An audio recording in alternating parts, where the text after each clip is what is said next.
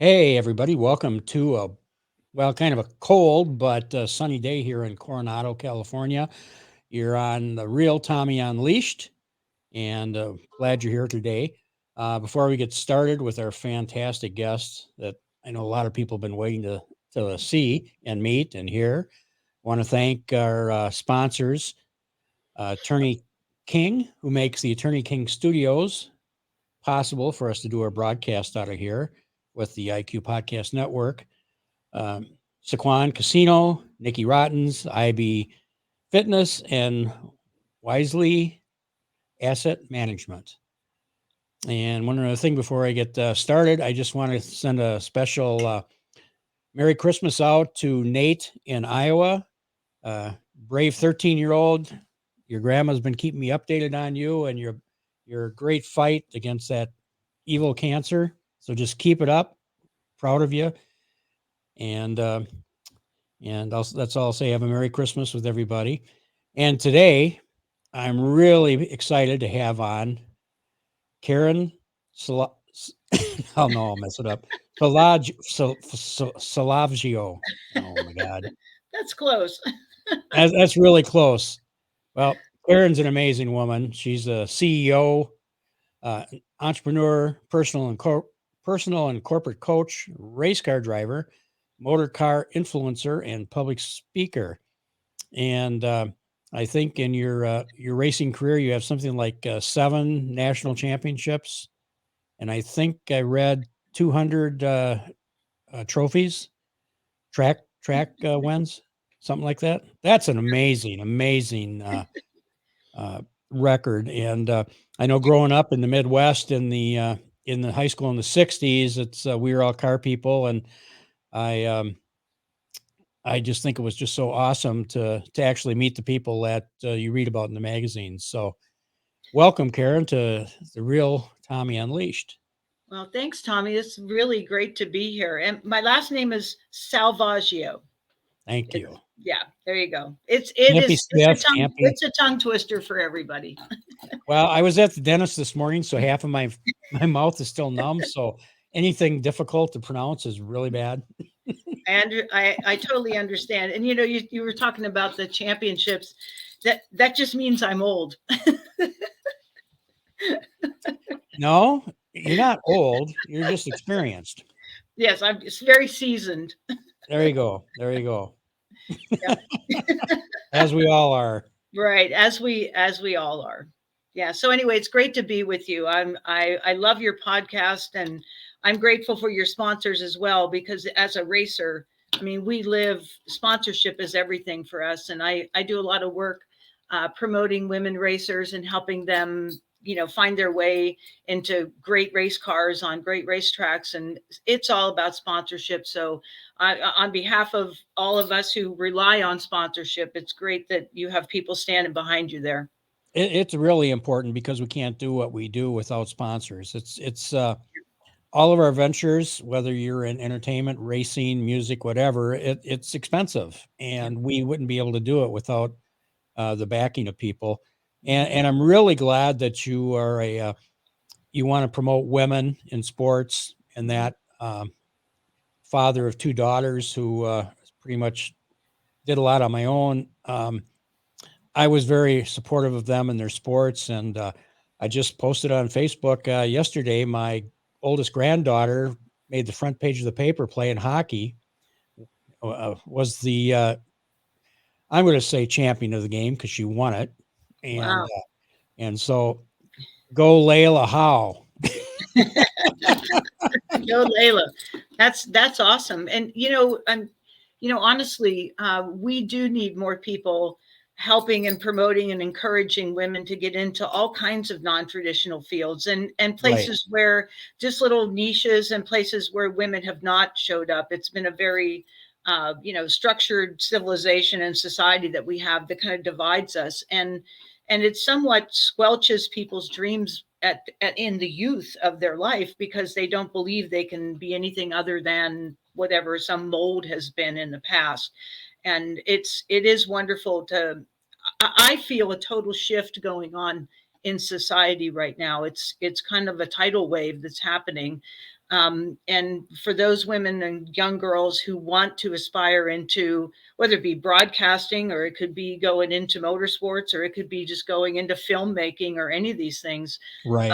it's, yeah, it's really great to see so many are being encouraged at a very young age, because that's where it all has to start. Very little happens, from the time you're like 20 on. You usually have a lot of dreams before that. You can do things after 20, but you Hmm. kind of are setting a path by then. So yeah, encouraging youth is very important. Yes, definitely. Mhm. And promoting women to go ahead. I mean, even if you look at in the past when the male dominated roles and all that, who was advising the men who did that? Who Mhm. was who was basically Yeah. help forming their thought? It was women. Hmm. I mean, it's finally great to be recognized for what you do and to excel. Hmm. Every Hmm. time I see a woman in the sports industry who embraces what they've done and Hmm. improved and holds their head up high when they lose because they know they at least they competed. Right. It's all so important, and you just continue to grow. And Hmm. for that Yeah. I for that I salute you. And I told you it was so ironic that I thought to have you on the show because a mutual friend of ours who passed away, it came up on my memories in Facebook, and there's a picture of you and some other people we know. And I thought, oh my God, you just live in heaven. I should see if I can get you on the show. It was like, this is so Yeah. weird, but Yeah. life is like that. It really is. It's amazing who comes into our lives, and there's a lot of people that believe in, kind of like the law of attraction, or the universe, Right. or whatever you want to.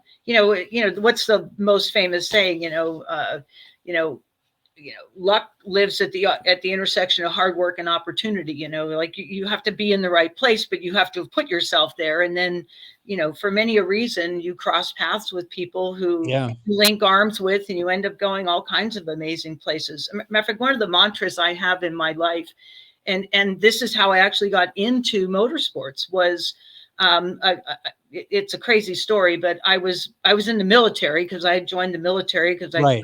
couldn't afford to go to college. And I figured out, and this was in 1976, that they had the GI Bill, and if I enlisted, I could go to school, and that was my driver. So off I went, and it just so happened that the Title IX legislation had been passed in Congress, and they were looking for Hmm. women to be in non-traditional fields. And as I always tell people, people think there's just a car gene that lives in guys, like that must be a guy sport. But I know a lot of women who are actually very much into cars, and gearhead girls, as we say.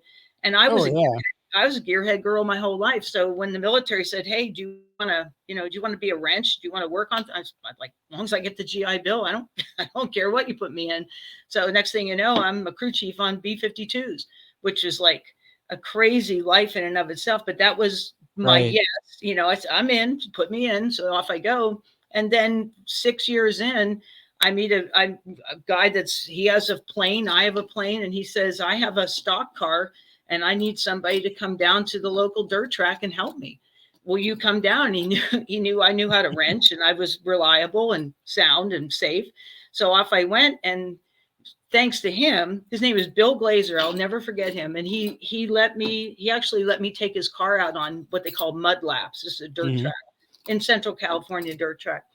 I got in that car, and it took me half a lap. And I'm like, because once you're in the car, you don't see the grandstands, none of that. All you see is what's in front of you, the people around you. And I was like, I am in heaven. I have to do this. I don't know how I'm going to do it. No idea.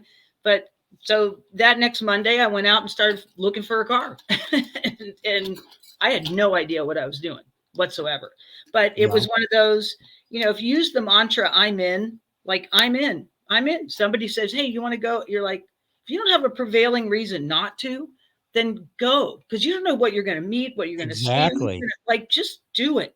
Like, and I know that's like the Nike thing, but quite frankly, people turn down. It's like, oh, I don't know, it's a long way, and it's going to be cold, and it's like, just shut up and go. Yeah, you do hear that from some people that "Oh, I can't do this, I can't do that, I don't Right. know, and I was kind of the person that, okay, why not? I mean, I'd Hmm. rather have tried something and failed at it and say that at least I tried Yeah. than to always sit there and wonder if I could have done it.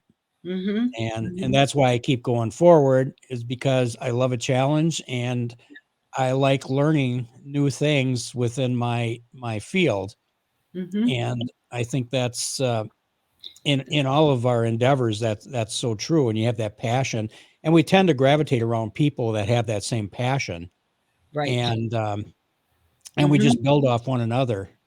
And it doesn't take long before you see where you should be going, who you should be with, what you should be doing, who you should network with, Right. and Hmm. it's you always look for that opening, that being spiritual. I say, God opens the door for you. You have to have the Hmm. courage to walk through it, Right. and then you also have to have the vision to see what's possible on the other side. There's a lot of people that are afraid to walk through that door when change happens.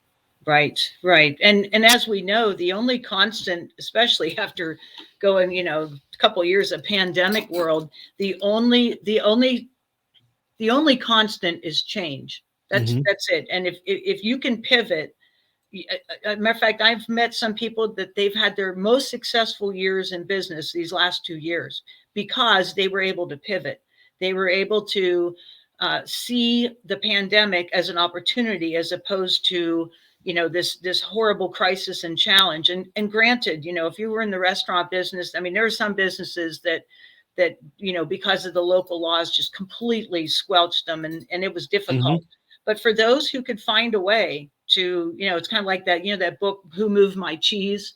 I don't know if you've ever heard that book or not. Right. Yeah, like Who Moved My Cheese? It's like you if the cheese is gone, if you keep trying to go after it, you're going to starve to death. So you have to be able to be flexible and pivot and find opportunities. And I'm very lucky to work with some folks in my coaching business that Hmm. honestly, they see entrepreneurs see life as an opportunity and challenges as an opportunity. And sometimes the greatest challenges are the greatest opportunities. You just have to see Right. them and double down and link arms with people who see it with you. Yeah, and you got to realize also you're going to fail, and you have to fail in order to succeed, Right. and Mhm. not to be defeated.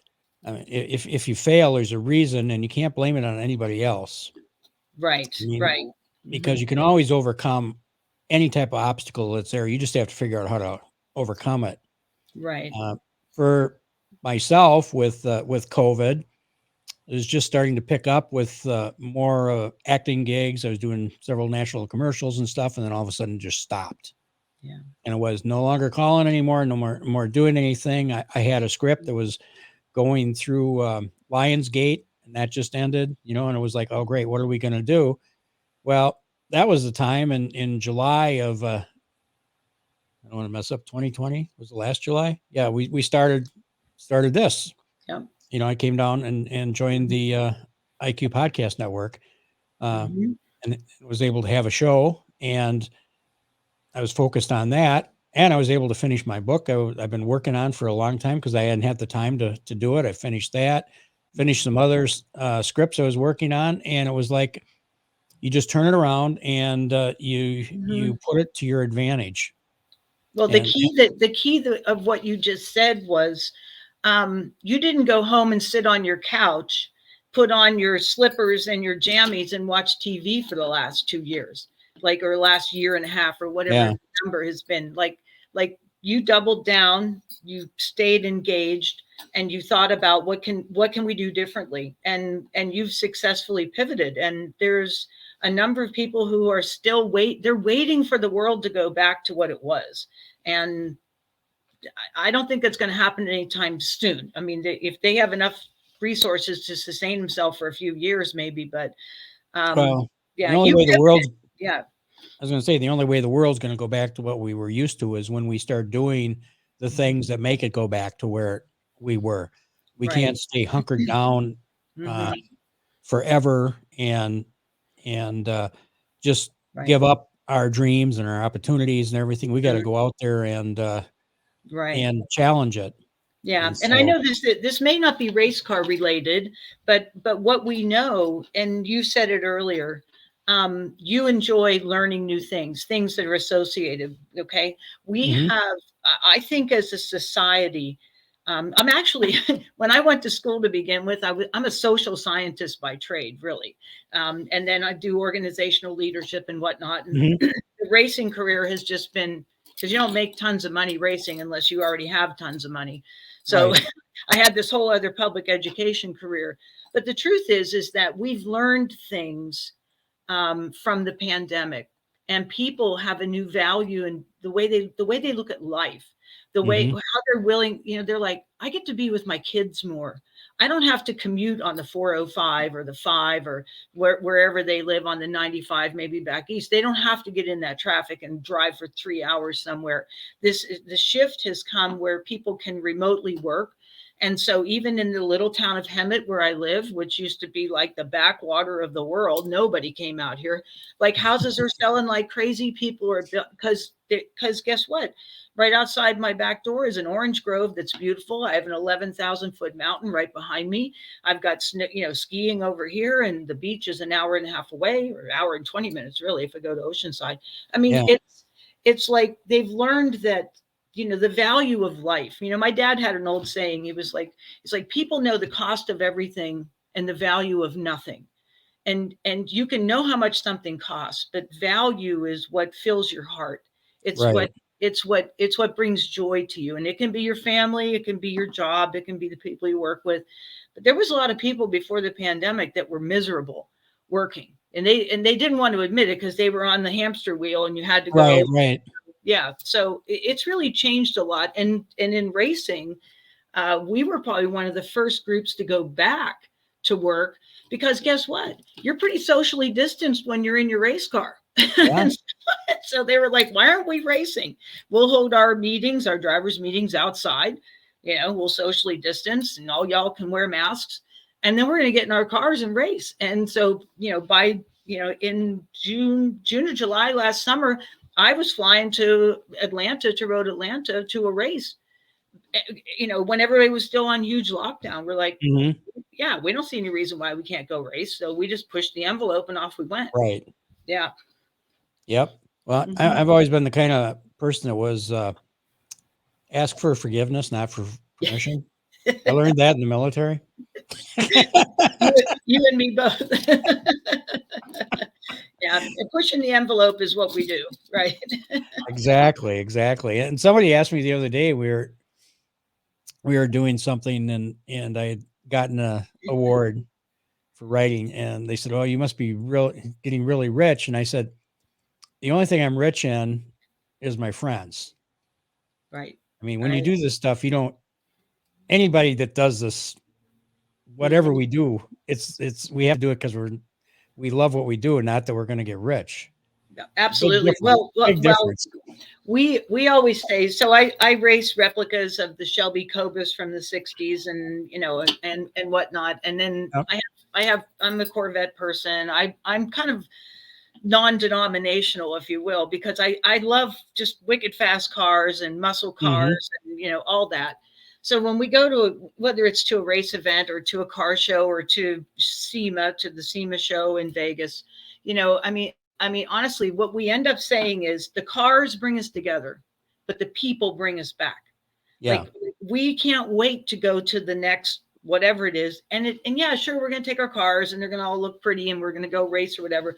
But the parties we have in the pits at night or whatever it is, when we go out and Mhm. socialize, that's as much what we look forward to as doing everything with the cars.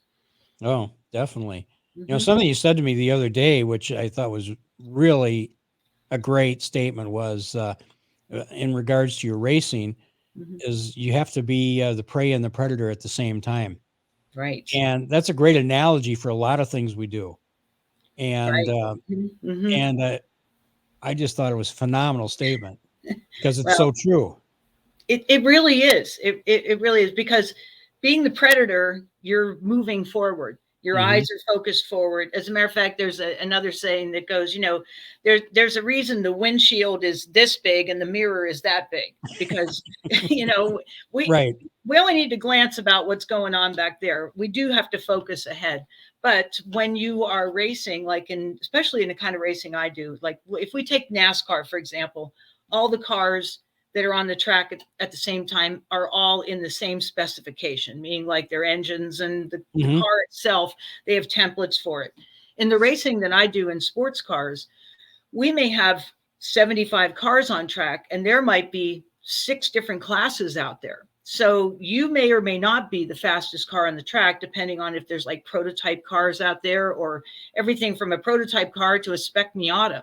And the speed Hmm. differential is incredible. So you are having your battle about if you're not in the lead, you're chasing someone down. So you're reeling them in and you're gunning for them.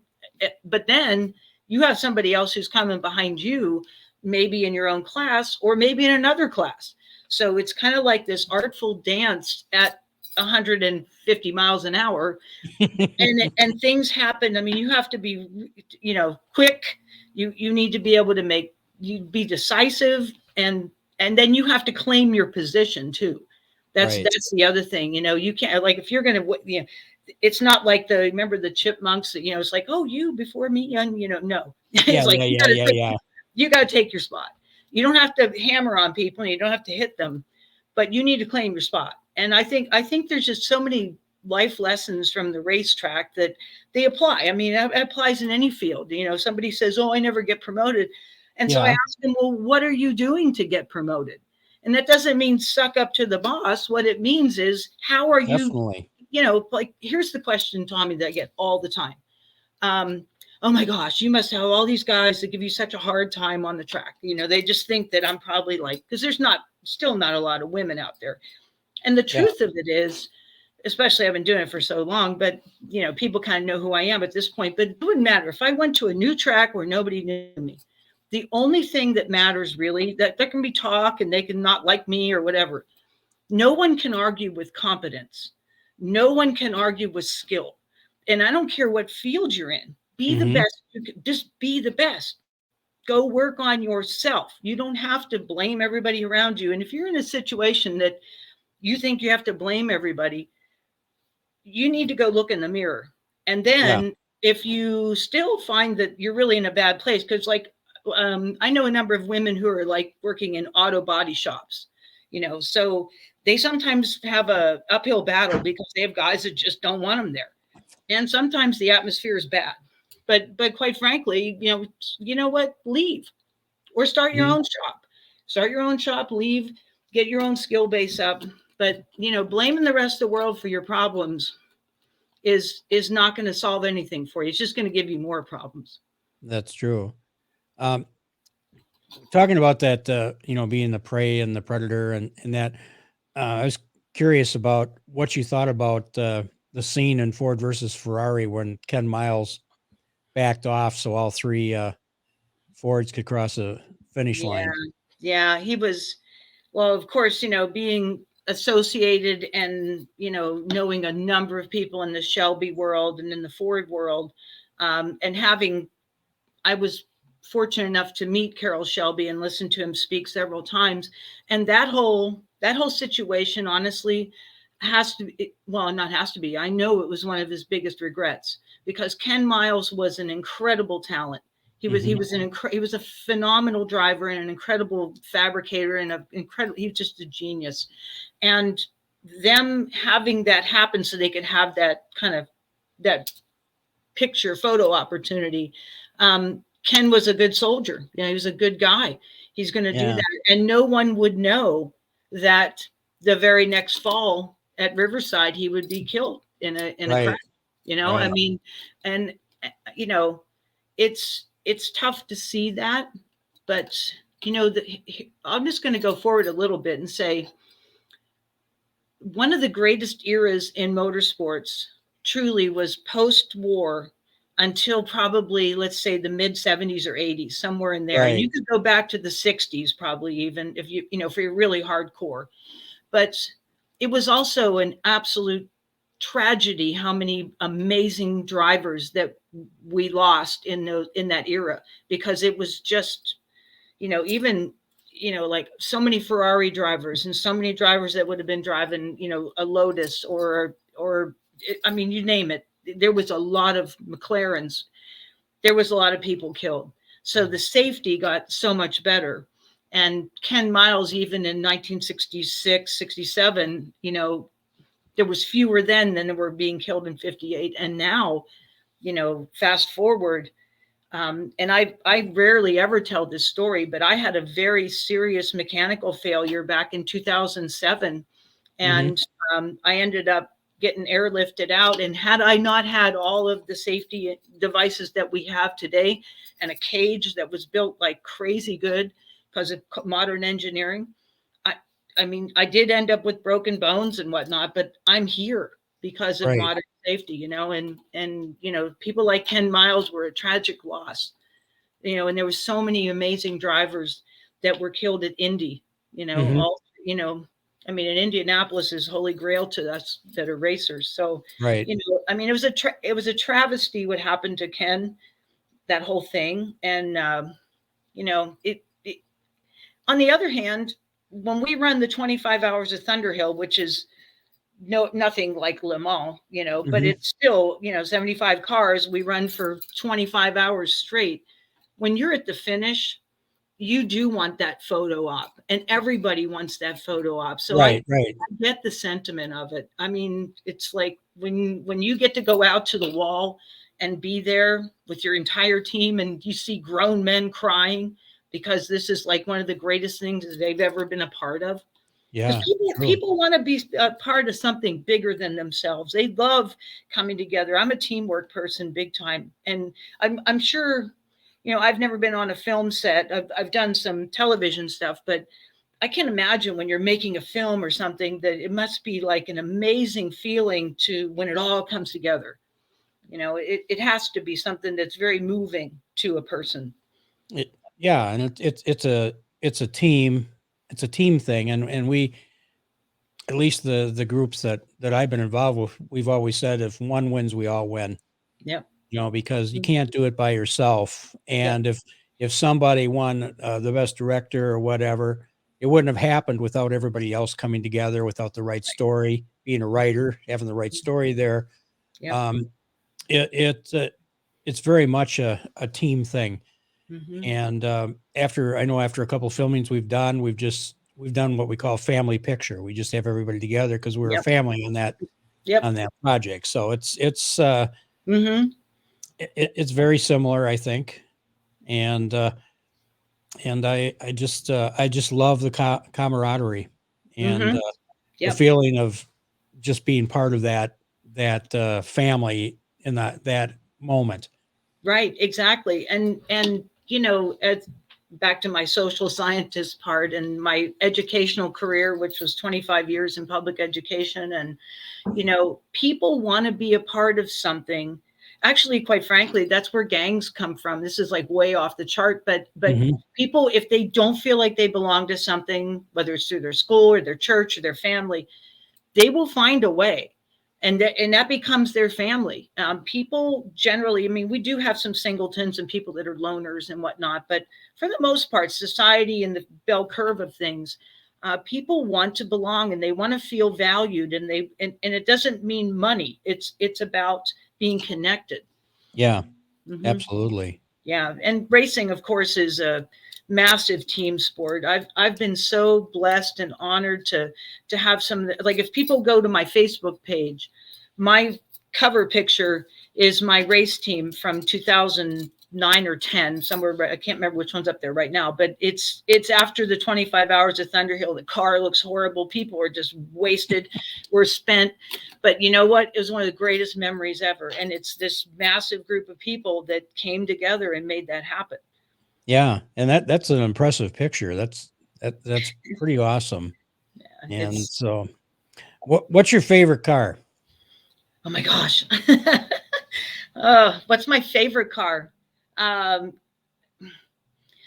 you know what? I can't really say. I hate to say it. I love my Cobra Roadsters, and Hmm.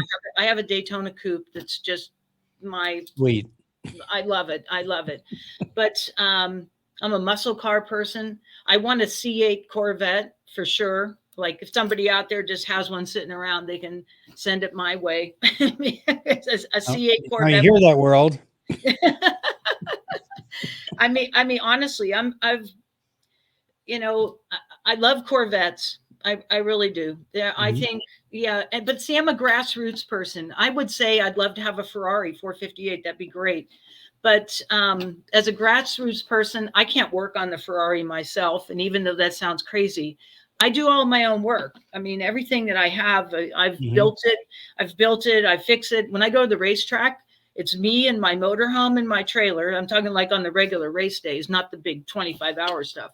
Yeah. It's me in my motorhome, towing my trailer by myself, pull into the pits, put my awning out, put the car out, and then I field it, fix it, do whatever, hop in it, drive it, race it, come back in, work on it, and then we all party in the pits together.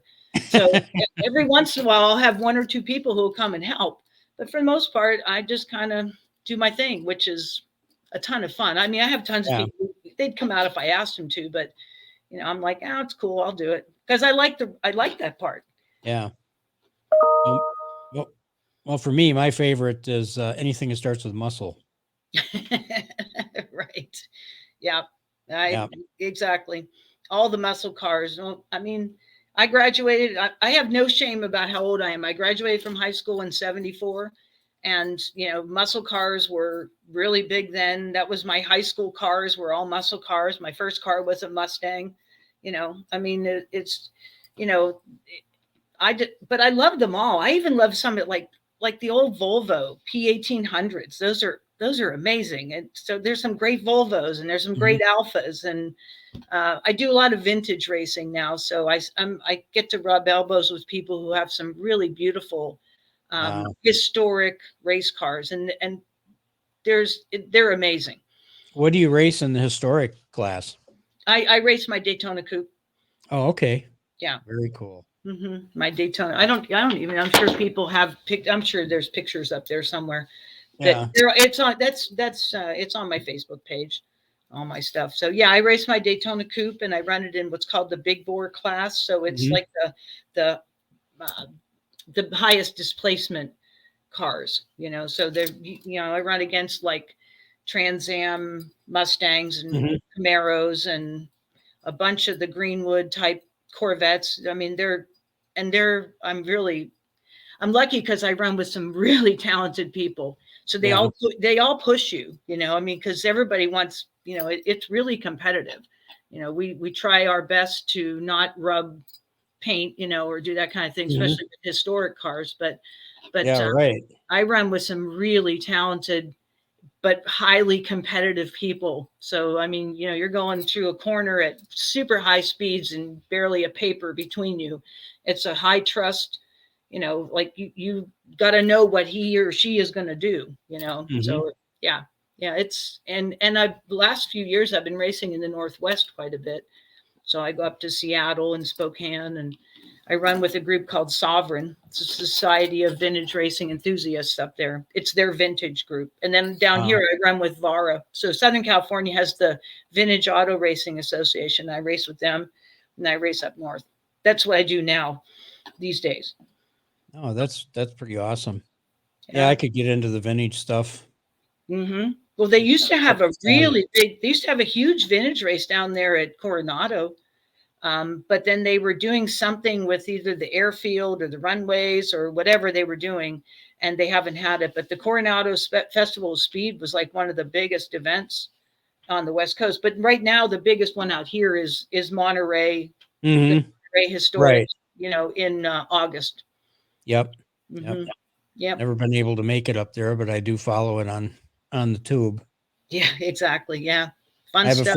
a few friends that go up there. Well, Hmm. Marty, I think, goes up there.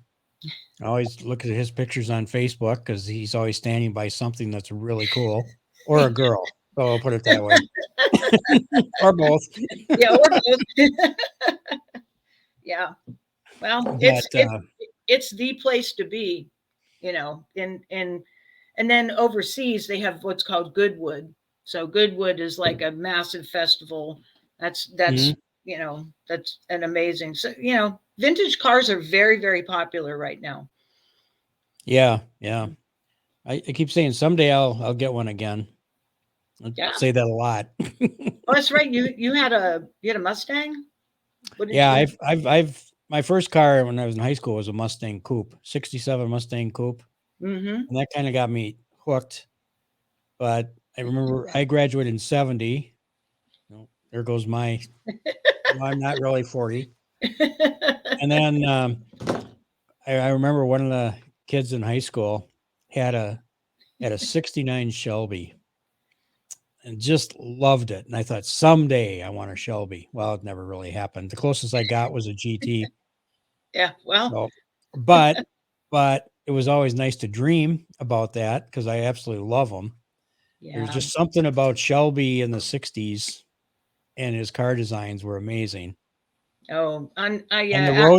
the Roadster is, like, to die for. Mm-hmm.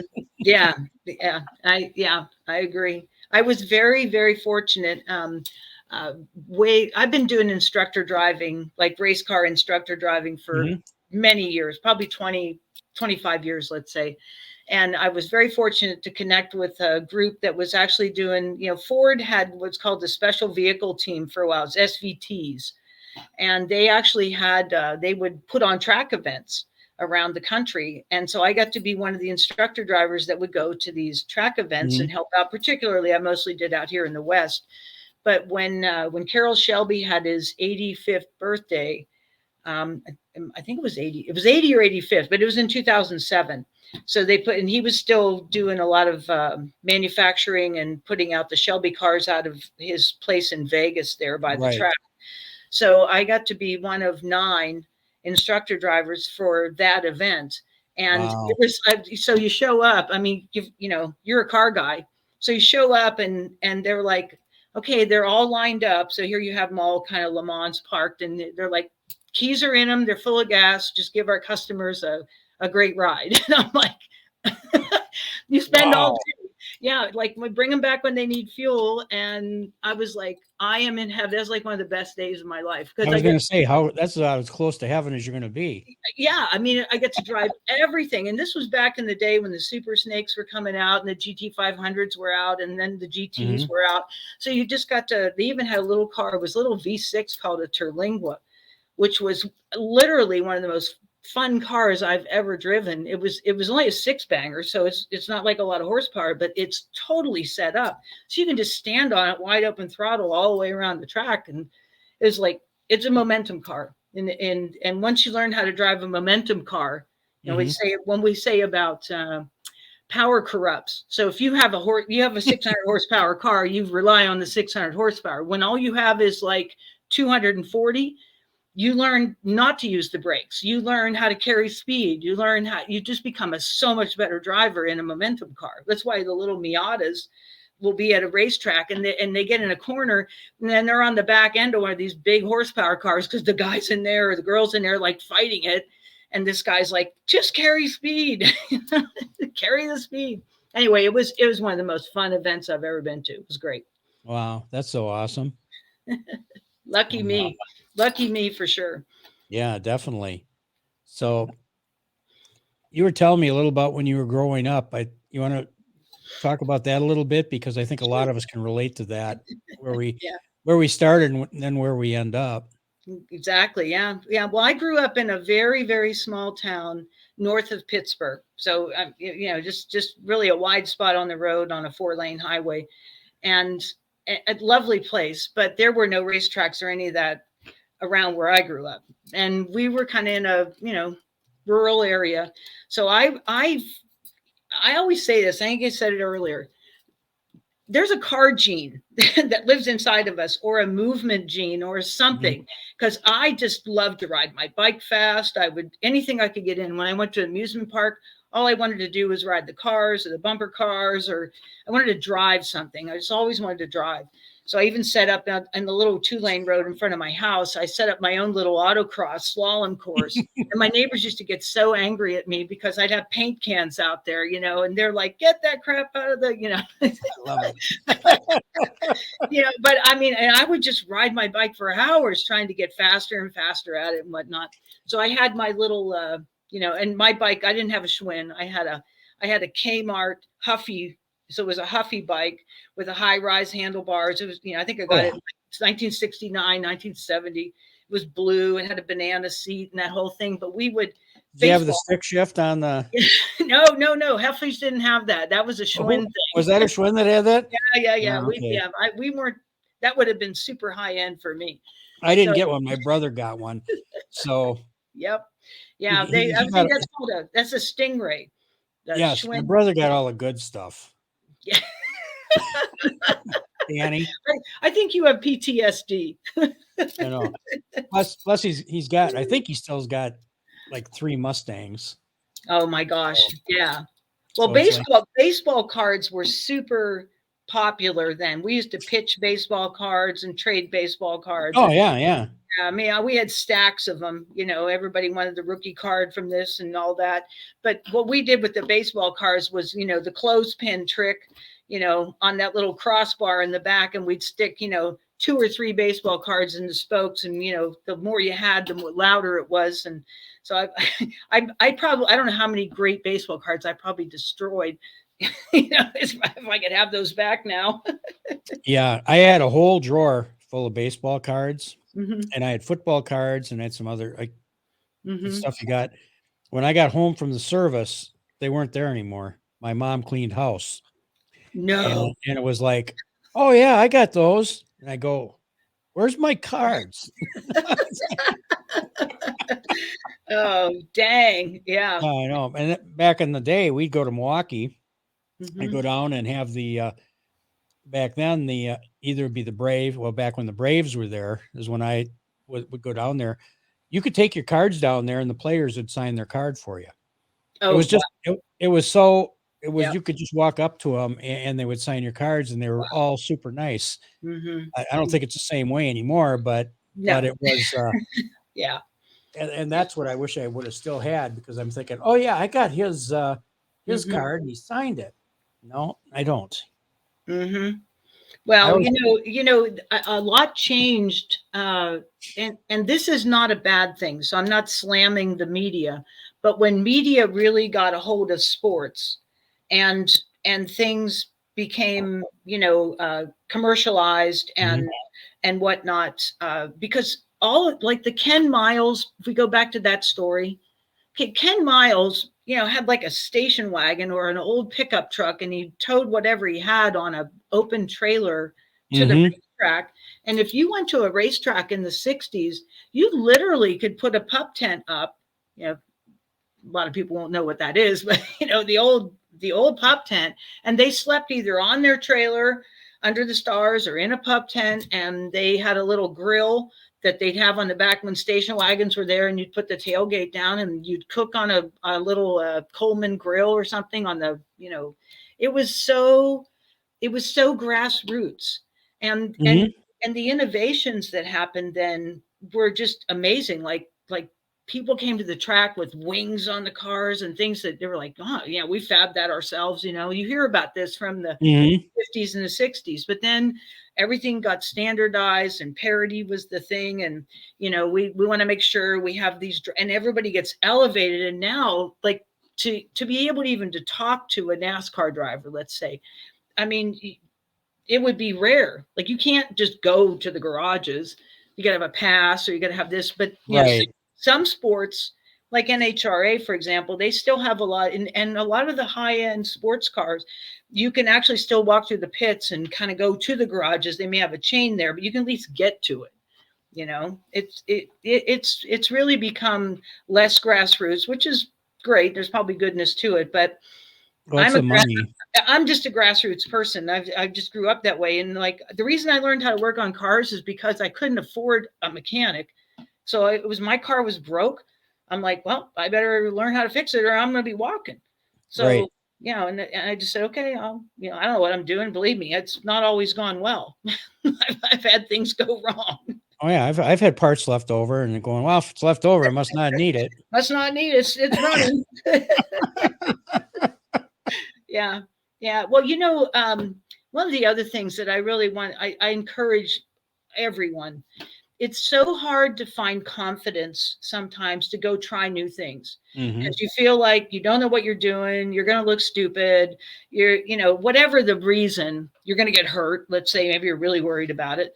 But, you know, I would highly encourage anyone who has any desire to take on a sport or to go try something new, and whether it's cooking or whether it's, I don't know, going skiing, whatever, get out there and try it. Go at least get in the atmosphere and give it a Right. go. Yeah, so many people hamstring themselves. They Our mind is really the only limiting factor in our life. We can believe all the crap people tell us, and Hmm. and people, not everybody's out there loving you every day. There's people Right. who like to see you not succeed, but you have to just push through that, and you've got to develop a self confidence that you say, okay, if I screw up, yeah, I'm going to look stupid, but I'd rather do that, learn from it, and then get better, as opposed to never doing it, and then they have regrets. Hmm. Yeah, exactly. And that's kind of what I've always thought about is I don't want to have regrets. I mean, there's Right. something I won't try because there's absolutely no way I would do it, like bungee jump or whatever, stuff like that. Right. But things that are reasonable, Hmm. um, I will. I still have my bucket list. I want to go up and do one of those NASCAR experiences or something up at Fontana. I Yeah. still got that in the back of my mind.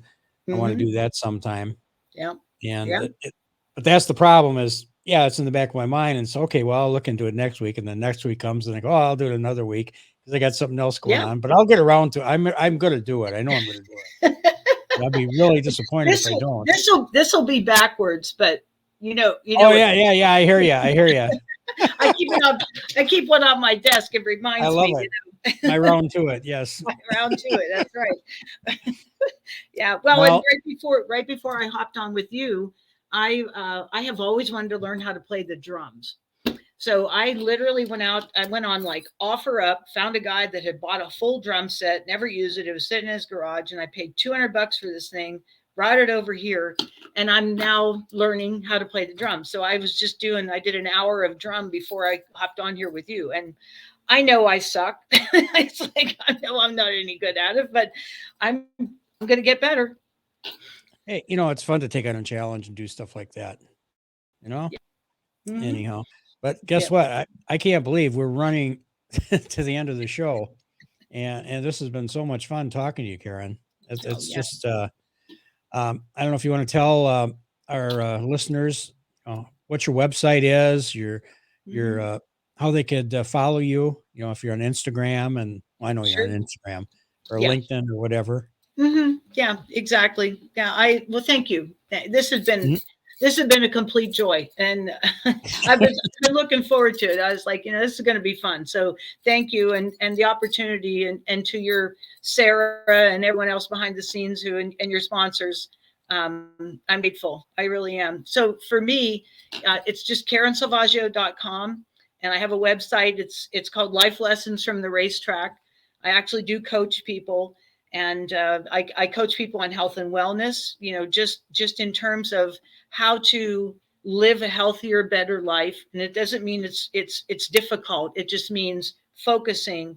And I believe people should live to be 100 at a minimum. That's my minimum goal. Mhm. And if we can do that by living, healthy, at least a little bit healthy. I still do bad food, but I try my best.